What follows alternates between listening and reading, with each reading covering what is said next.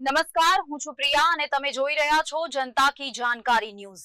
નજર કરીએ આજના સમાચાર। બનાસકાંઠા દાંતા પંથકમાં સગીરા સાથે દુષ્કર્મની ઘટના સામે આવી। દાંતા પંથકની સગીરા બદનામ કરવાની ધમકી આપી હોટેલમાં લઈ જઈને નરાધમ શખ્સે આચર્યું દુષ્કર્મ। સગીરા સુનમુન રહેતા પરિવારજનોએ પૂછપરછ કરતા સમગ્ર ઘટના સામે આવી।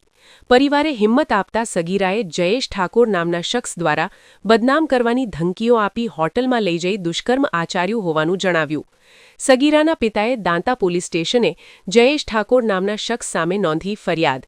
દાંતા પોલીસે પોક્સો એક્ટ હેઠળ ગુનો નોંધી હાથ ધરી તપાસ। રિપોર્ટ ભરત ઠક્કર, ડીસા, બનાસકાંઠા।